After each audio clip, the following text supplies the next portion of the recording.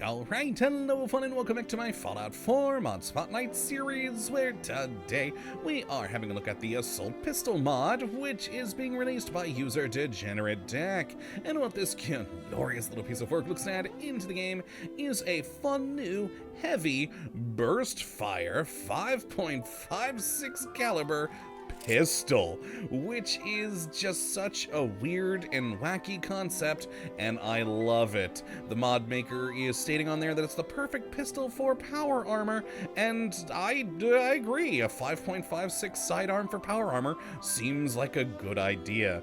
Now, what makes this thing even better, though, for me, because I do like real-world Cold War guns, is that this is based off of the Colt Scamp, which was a prototype weapon made in the 70s and was meant to be a replacement for the Colt M1911, but was inevitably dropped, and I believe only a single prototype was ever made.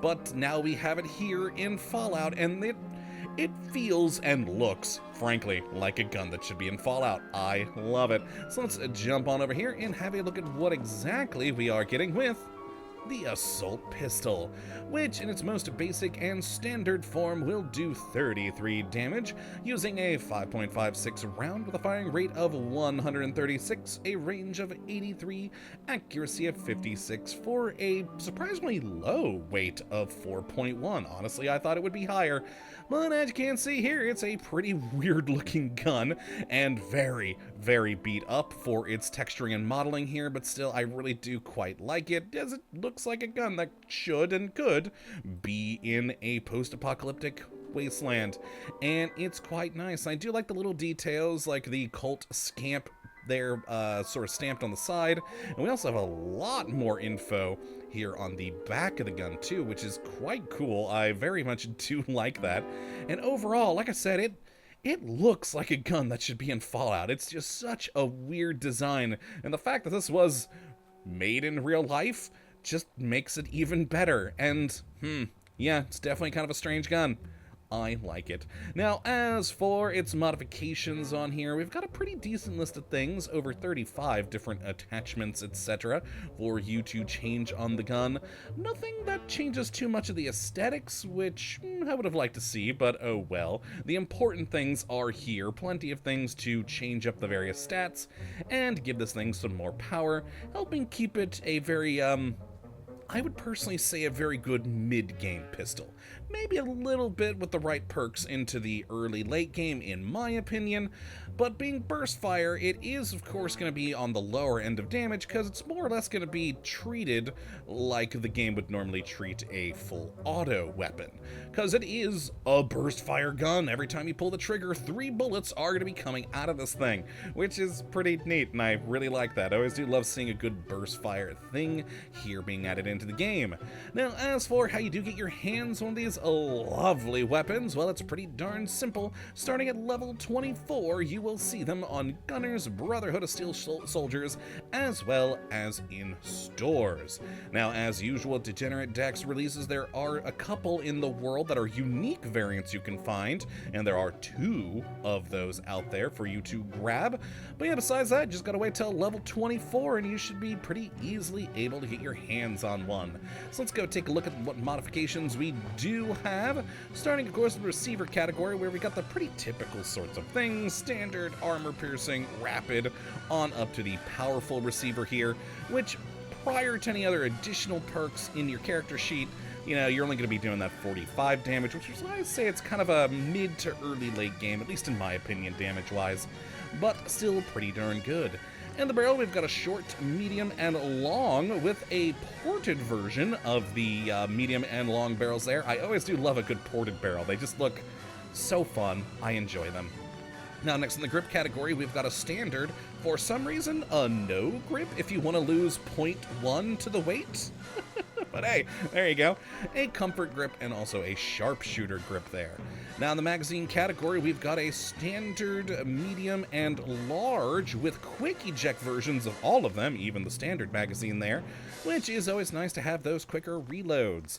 Then in these sights, we've got a pretty good list here of things. We've got iron, glow sights, a dot sight, hollow, reflex, laser if you just want the hip fire things, and a nice little scope for distance, and even a night vision scope to go on this thing, which I always love, giant chunky scopes on pistols. It just always amuses me. Though with where the bolt is for this gun, that would make it actually basically impossible to reload, wouldn't it? I just thought about that with this one. Interesting. Oh well. Now in the muzzle category though, we've got a flash hider, muzzle booster, compensator, muzzle brake, and of course a usual suppressor. And then finally we have an accessory category here, where you can either have nothing, a flashlight, a targeting laser to add that, boy, I'm now suddenly blanking. Recon ability, there we go, to the gun, and also a VATS targeting module to help increase your hit chance in VATS. Always good to have there.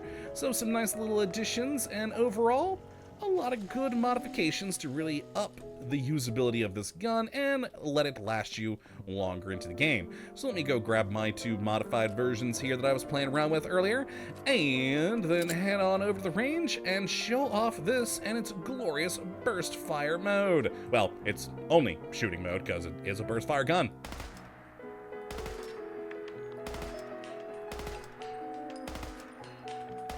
And there you go. And a fun little thing about all the magazines for this, they're all divisible by 3 because it's a 3-shot burst weapon. So every one of the magazines is divisible by 3. Now technically you still can shoot this thing semi-auto. If you just click really, really quickly on your mouse, you can get off just a single shot.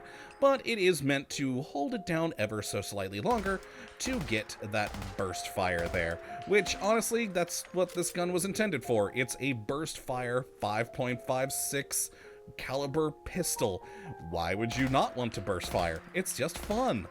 And as for the sights on just these standard iron sights, not that bad compared to a lot of other sights for other guns we've seen in the past. Quite usable. I don't find any real issue with them there. And yeah, just overall, it's a fun gun to play around with. The reload animation, I think, is a little excessive, but that's just a personal opinion there for me.